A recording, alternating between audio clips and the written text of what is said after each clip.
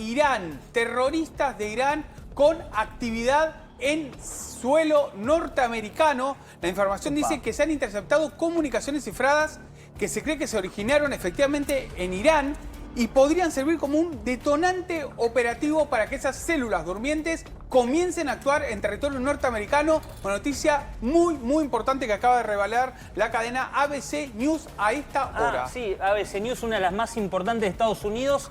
La noticia, leo el portal, ponelo, Agus, cuando lo tengas, que así lo compartimos con nuestros... obviamente con Horacio, claro, y con los Gabrieles. Ese es el riesgo, ¿no? Y ese es el temor de que no haga falta un misil, no haga falta un dron. No tiene posibilidades de llegar a Irán a los Estados Unidos con un misil y con un dron, pero sí con una célula dormida. Digamos, te ponen una bomba en una un lobo solitario, en un colegio, en una universidad o en un banco o donde sea en territorio americano.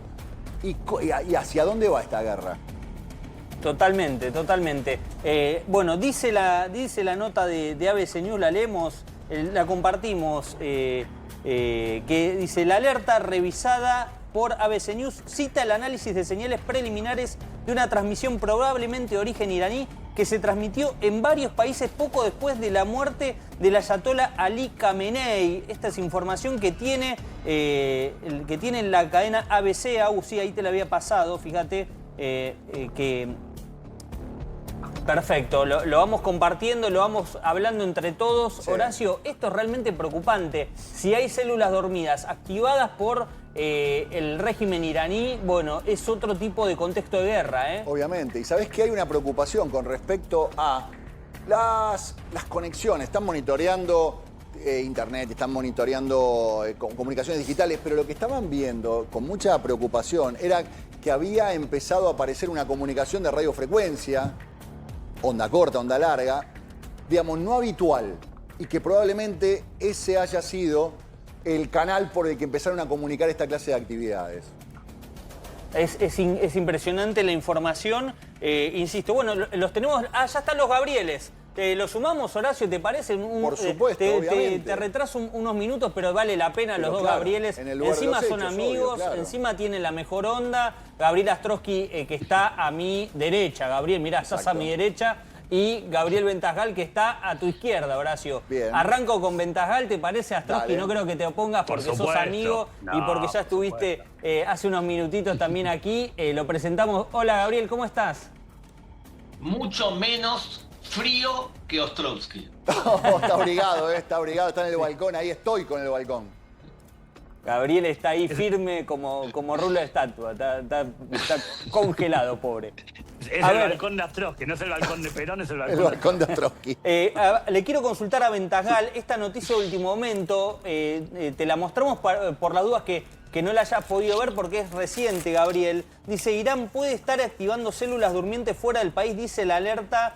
Lo cita la cadena ABC News en base a fuentes... entiendo que la cadena ABC News es muy confiable, pero cita fuentes que bien informadas que hablan de células dormidas que estaría activando el régimen. ¿Esto es posible teniendo en cuenta el poder de daño de Irán y lo que se conoce de Irán? Gabriel, ¿te sorprende esta noticia? Para nada. Me sorprende que a gente le sorprenda, a decir verdad. Mirá. Porque mira... Perdón. No, me sorprende que a gente... Te explico por qué. Porque hace unos años, Irán intentó asesinar al embajador de Arabia Saudita en Estados Unidos. En Estados Unidos, uf. Claro, si te acordás, por ejemplo, también hace un tiempo, también Nisman investigó eso, intentaron hacer un atentado, Irán, en el aeropuerto Kennedy.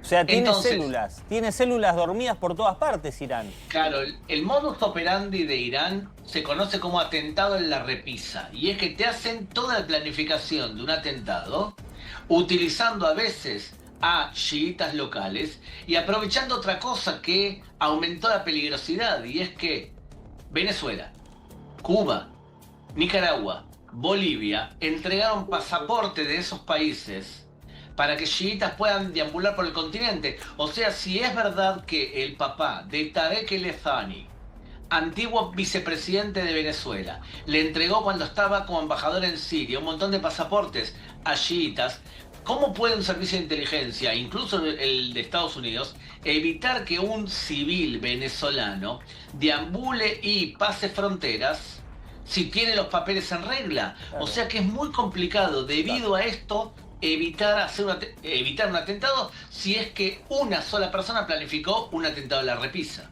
Claro, un lobo solitario es lo más difícil de encontrar, obviamente. Voy con Gaby Astrosky. Gaby, ¿cuál es la situación hoy después de estos ataques permanentes con bombas de racimo, un crimen claramente de guerra que está cometiendo Irán?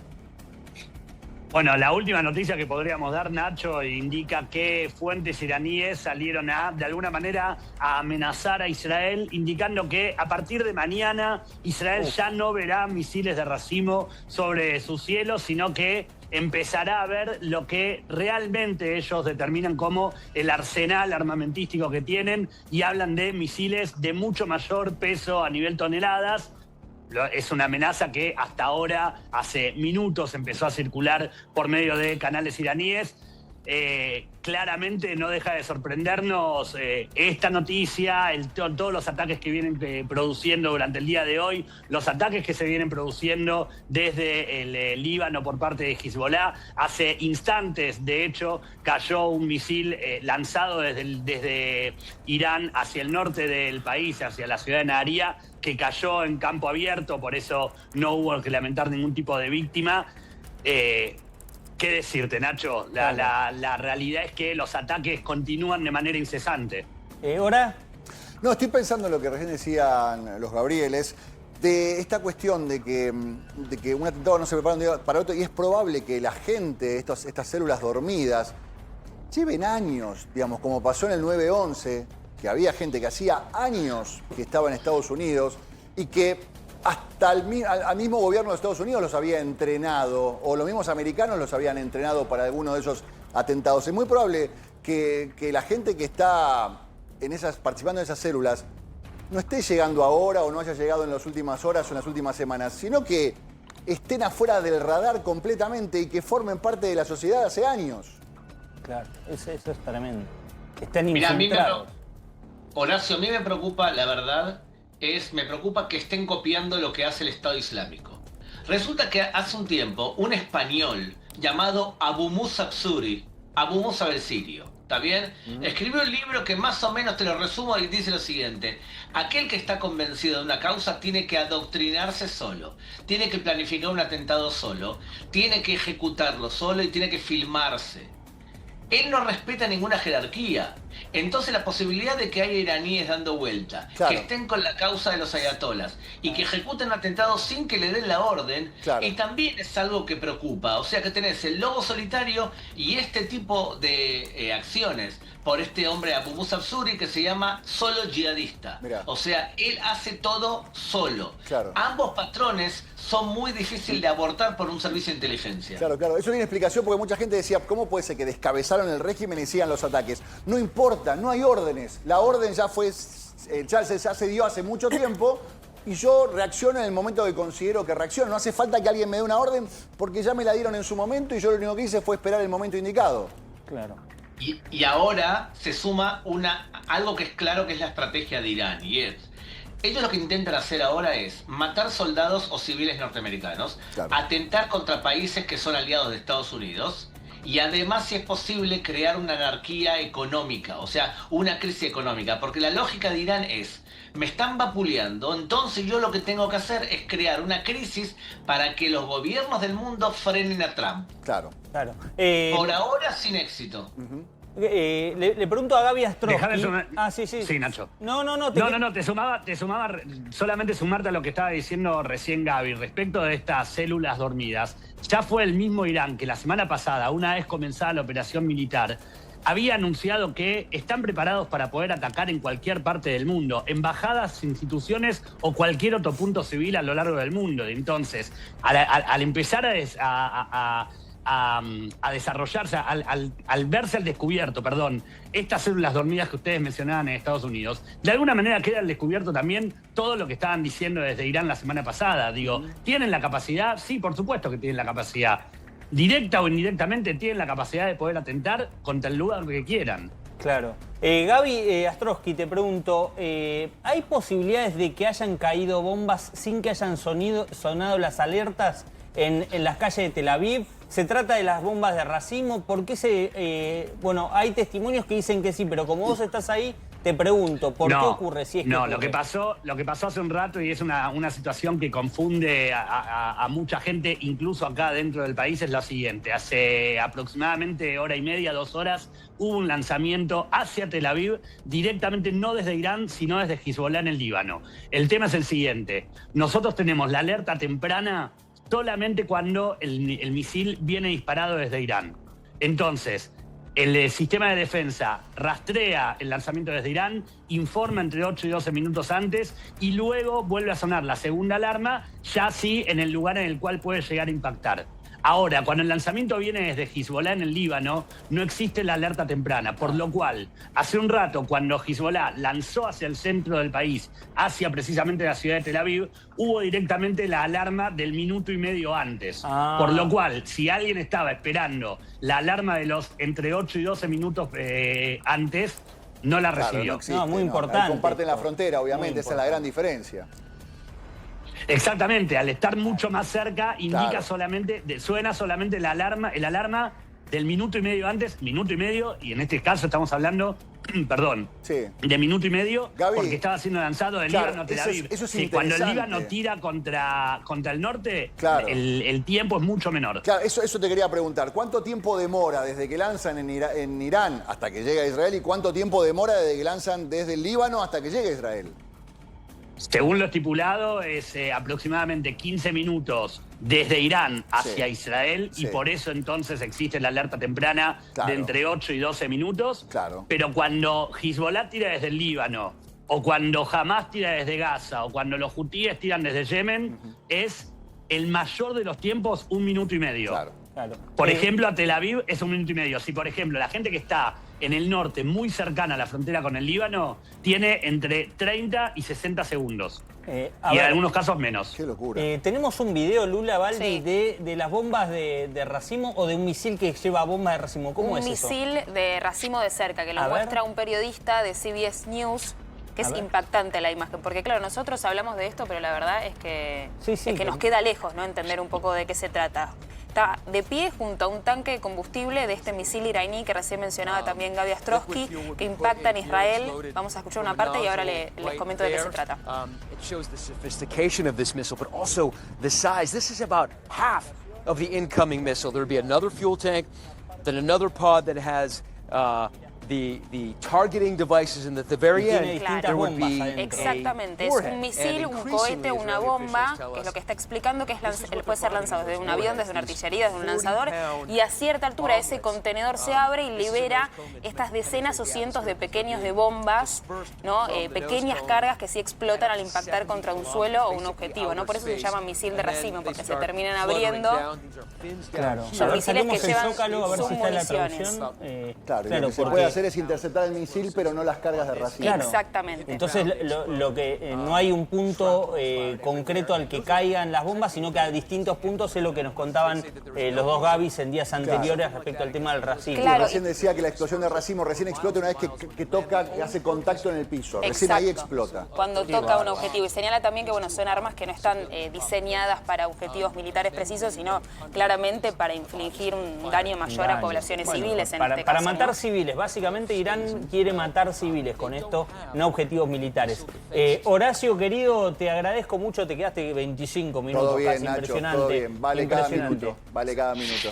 Un abrazo grande, amigo. Nos vemos mañana. Nos vemos mañana. Gran saludo a los Gabrieles. Bueno, me quedo obviamente con los Gabrieles, con Gaby Astrosky y con Gaby Ventajal. Gaby Ventajal, te pregunto, ¿empieza a pesar la cantidad de días de guerra? Es decir, Estados Unidos advierte todavía de que va para un corto plazo la guerra, pero bueno, van pasando los días y uno se empieza a hacer preguntas. ¿Irán está resistiendo más de lo que se esperaba? ¿Qué crees que puede estar pasando? Bueno, el que fue a cargar gasolina hoy en Estados Unidos descubrió que el galón, sale 50 centavos más. Ese es un tema. Entonces, esto aumenta la presión. Imagínate que si muriesen ahora en algún tipo de ataque soldados norteamericanos, sería una presión que hay que ver si Donald Trump está dispuesto a aguantar. Yo creo que el daño que se le está haciendo a Irán es sustancial. Y lo creo porque, entre otras cosas, disparan menos misiles hacia Israel. Si contás los 90, 70 que disparan los primeros días a los 20 que disparan hoy, detalle, suelen disparar de noche. ¿Te pusiste a pensar alguna vez, Nacho, por qué disparan de noche?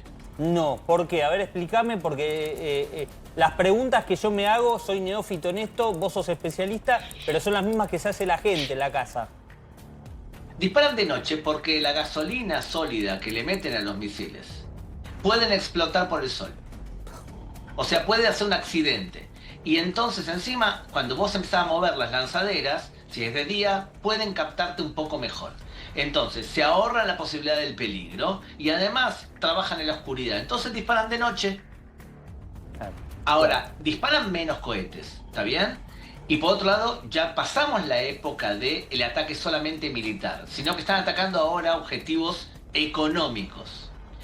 Si va a seguir escalando, ¿cómo puede escalar esto? Bueno, puede escalar, y no lo descartes, la posibilidad de que comandos norteamericanos israelíes empiecen a actuar con operaciones puntuales, por ejemplo, para hacerse con el uranio enriquecido, para secuestrar a alguien de las autoridades y de esa forma no solamente dañar físicamente al régimen con los edificios, los misiles y demás, sino agregarle algo que al régimen le duele y es humillarlo. Claro, humillarlo en su propia defensa. Gaby Astrosky, contame cómo se vive esta situación de un Donald Trump verborrágico y hasta subestimando, si se quiere, o eso corre por mi cuenta, mejor dicho, fanfarroneando de que se termina rápido la guerra en Israel. ¿Cómo se vive esta situación? ¿Se cree en la palabra de Donald Trump?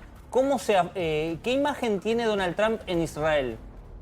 Acá Ventajal me va a retar por lo que voy a decir, pero ver. Claramente no sorprende la verborragia de Donald Trump. Digo, estamos acostumbrados, ya en el mundo nos hemos acostumbrado, no porque sea una palabra que no cumple, pero sí porque muchas veces, de alguna manera fanfarrona, como vos le decías recién, Nacho, sí. Suele estar a la vanguardia de grandes titulares que después llevan su tiempo de desarrollo, por supuesto, pero en general sí, acá en Israel tiene una imagen bastante positiva el presidente norteamericano. Nunca te olvides que, de alguna manera, la sociedad israelí también está muy agradecida con él y confía mucho en él después de todo lo que fue la negociación por la liberación de los secuestrados, de los últimos secuestrados que volvieron en el mes de octubre, de lo que fue ya el final de lo que se conoció la guerra de 2023 a 2025. Digo, de alguna manera tiene un apoyo bastante grande en la sociedad israelí, no obstante lo cual sí se entiende también que muchas veces, no digo que hable por hablar, pero sí habla por adelantado, tal vez de alguna manera incluso estratégica, Claro. A su favor, pero habla por adelantado respecto de las cosas que vayan a suceder. Claro. Bueno, Gaby Astrosky, te voy a dar un descanso. ¿Qué dice Ventajal? ¿Para qué Ventajal quiere retarme? Yo para que no se peleen. Una nota de color, al contrario, yo creo que no hay que dejarse guiar por nada de lo que dice Donald Trump, ¿está bien? No por lo que dice, sino por lo que hace. O sea, cambia de opinión cada 5 minutos, además habla poco claro, tiene sus varias falencias, pero vos preguntás si acá lo admiran, lo quieren, Claro. te voy a dar 2 detalles para que veas. Hay una ciudad en planificación en las alturas del Golán, que Donald Trump reconoció a las alturas del Golán como parte de Israel, que la ciudad se llama Alturas Trump. Está el cartel solamente, por ahora no hay nada ahí. Pero que sepas que hay una ciudad en honor a Donald Trump. Y segundo, va a haber un teleférico que va a llegar al Muro de los Lamentos. Y la estación final en el Muro de los Lamentos se va a llamar Estación Donald Trump. Estacional. Wow. Impecable pintura me han hecho los dos, Gabrieles. Gracias, como siempre, muy agradecido. Nos bajan al llano temas muy difíciles de la guerra. Los dos son muy lúcidos y son amigos. Así que bienvenida a la amistad en este programa. Un abrazo grande a ambos. Bueno, A dos entrevistados por Zoom están Ariel Schmidberg, asesor estratégico, fue director de noticias de diferentes medios en Israel en los últimos 15 años. Es obviamente argentino, es cordobés, está allí desde 2001, hace un montón de tiempo. Está Ariel. Ariel, ¿cómo te va? Hola, ¿qué tal? Buenas noches. Desde Ramat Gan, al ladito de Tel Aviv.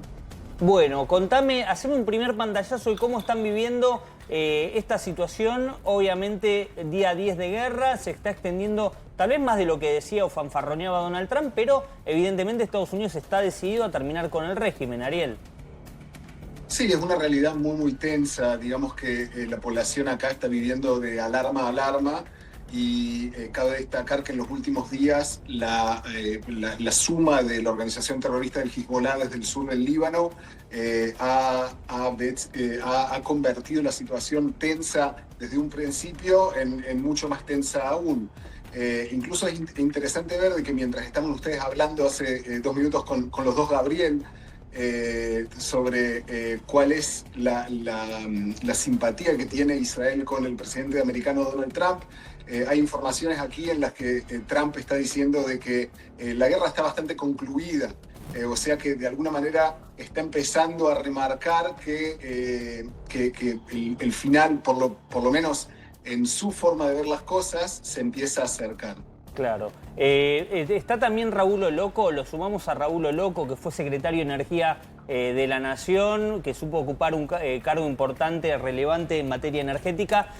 Lo recibo a Raúl. Raúl, ¿cómo le va? ¿Cómo está? Hola, buenas tardes, ¿cómo están? Bien, bien, gracias por este ratito, Raúl. Le quiero consultar porque, sumado a lo que nos explicaba Ariel, día 10 de conflicto, ya empieza a haber un impacto económico muy serio. Hoy amanecimos con, ya desde anoche, mejor dicho, pero el petróleo superando los 100 dólares. ¿Qué está viendo usted respecto al tema energético? ¿Cuánto puede impactar este conflicto si se extiende en el tiempo en materia energética, Raúl? Usted lo dijo bien, el tema es si se extiende en el tiempo. Yo creo que si este conflicto termina como todo parece enseguida, obviamente las consecuencias no deberían ser tan serias, porque básicamente tenemos dos debilidades, pienso, aparte de otras, ¿no? Donde pueden subir los insumos y demás, pero básicamente el gas natural licuado para paliar la deficiencia que todavía tenemos en pleno frío de invierno, o sea, junio, julio, agosto, y el precio de los combustibles líquidos en las estaciones de servicio. Creo que esto último... ¿Puedo interrumpir un segundo?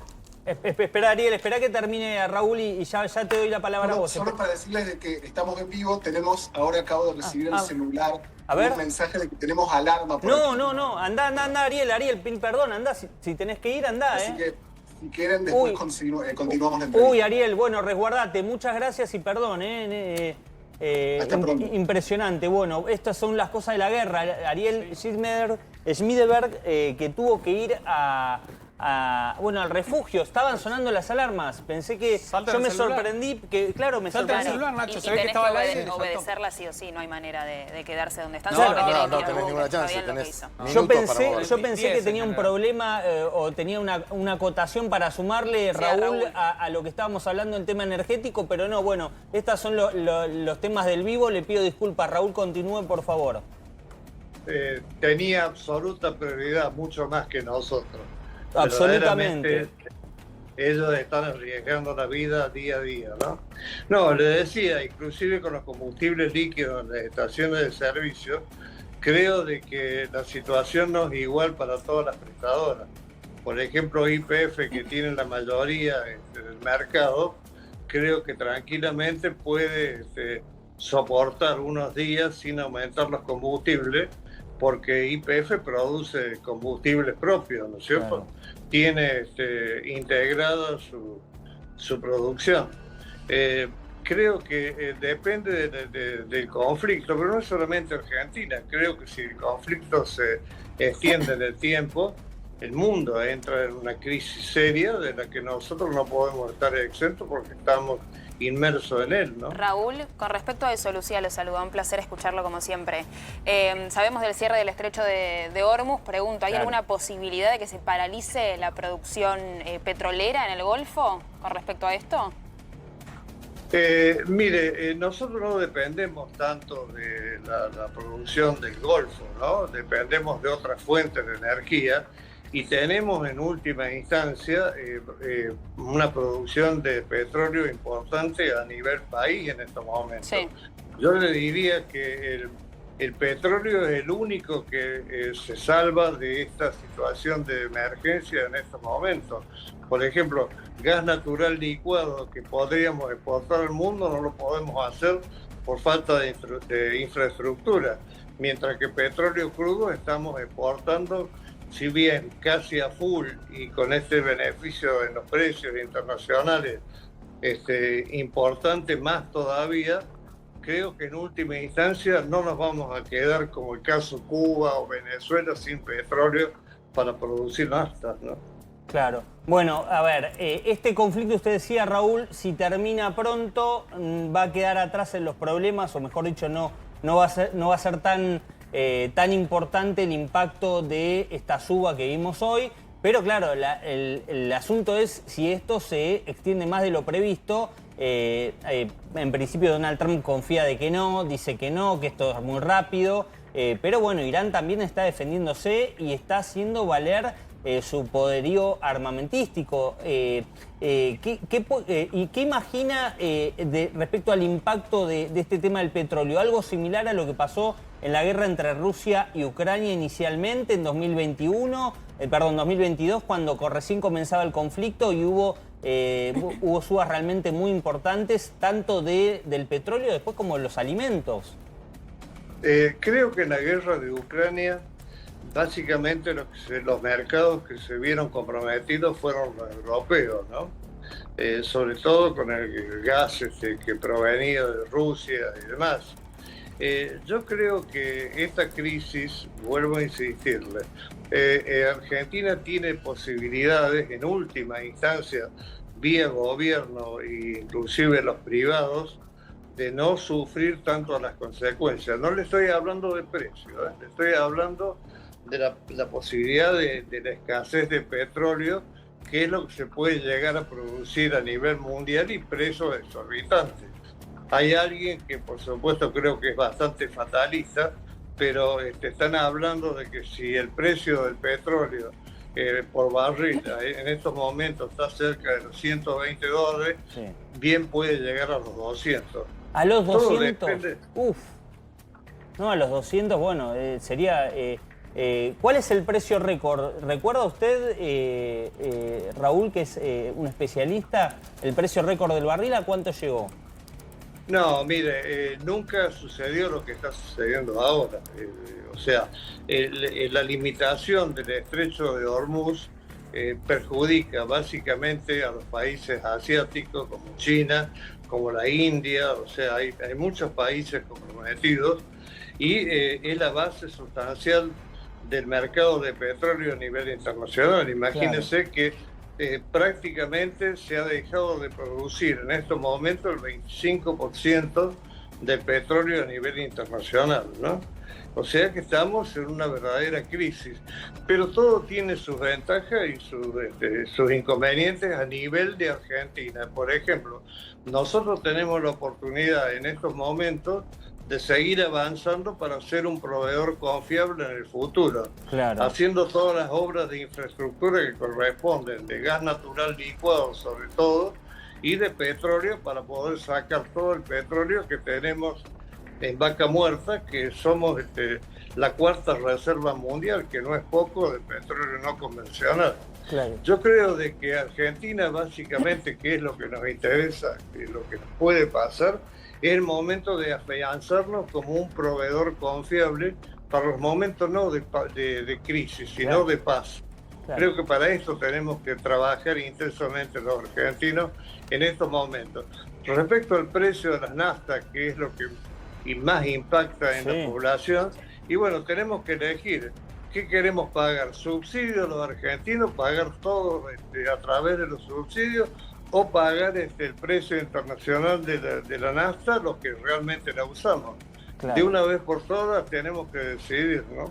Claro, no, lógicamente, la Argentina, que siempre es mal visto por sus comportamientos indebidos, tiene una oportunidad tal vez ahora de mostrarse como un proveedor confiable en tal vez un mal momento, pero para que en la buena también sigan con Argentina, ¿no? Sigan viniendo a buscar nuestros productos, obviamente nuestros combustibles, nuestro valor energético. Raúl, por último, ¿va a salir a cargar nafta hoy? Y bueno, de acuerdo a las necesidades tenemos que seguir cargando. O sea, el país no se tiene que detener.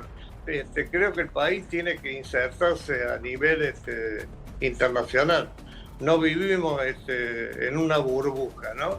Entonces tenemos que con preocupación ver esta situación y tratar de aportar lo mejor de todos nosotros. Mire, hay un dato fundamental. Los 7.000 millones de dólares que se firmó un acuerdo para proveer a Alemania, para mí ese es el camino correcto a seguir desde el punto de vista energético. Y Raúl, yo sé que es difícil hacer futurología, pero ¿cuándo la Argentina debería empezar a preocuparse? Si tenemos también alguna otra época con la que podamos comparar esta situación. Mire, hubo situaciones complicadas, si ustedes recuerdan la famosa época de los petrodólares, sí, donde la OPEP, la Asociación de Productores, decidieron aumentar el precio del petróleo internacional de manera abrupta. Pero son circunstancias distintas. En ese momento el petróleo tenía una influencia sustancial en el desarrollo de los países, sobre todo de los de tercer mundo, que estábamos en algún momento tratando de levantar la cabeza. Hoy el petróleo no lo es todo. O sea, por ejemplo, nosotros tenemos un dato, para no hablar de cosas negativas siempre, ¿no? Pasamos de un 2% de energía eléctrica renovable a casi un 20% en menos de 10 años. Claro.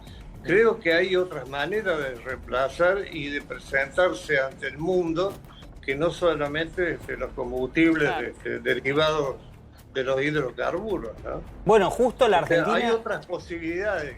Claro, justo, Raúl, perdón que lo interrumpa, pero abonando lo que usted decía, justo la Argentina con el ingreso de autos híbridos o autos eléctricos está dando un paso también de ayornarse con lo que está ocurriendo en el mundo. Lógicamente estamos muy atrás, es un camino muy lento, vivimos años de mucha cerrazón respecto al tema de las importaciones. Hay tecnología que recién está llegando que para el argentino promedio todavía sigue siendo difícil de descubrir, pero estamos en una transición positiva. ¿En eso concuerdan, por lo que lo he escuchado? No son las mismas situaciones. O sea, creo de que hoy tenemos, vuelvo a insistirle, un horizonte totalmente distinto. Claro. Y va a depender de nosotros los argentinos si aprovechamos lo que verdaderamente tenemos, por ejemplo, en Tierra del Fuego, en Vaca Muerta, extraer petróleo y gas natural licuado para vendérselo al mundo. Insisto, no en el momento en que el mundo está en crisis, sino cuando el mundo es normal y tratando de ser un proveedor confiable.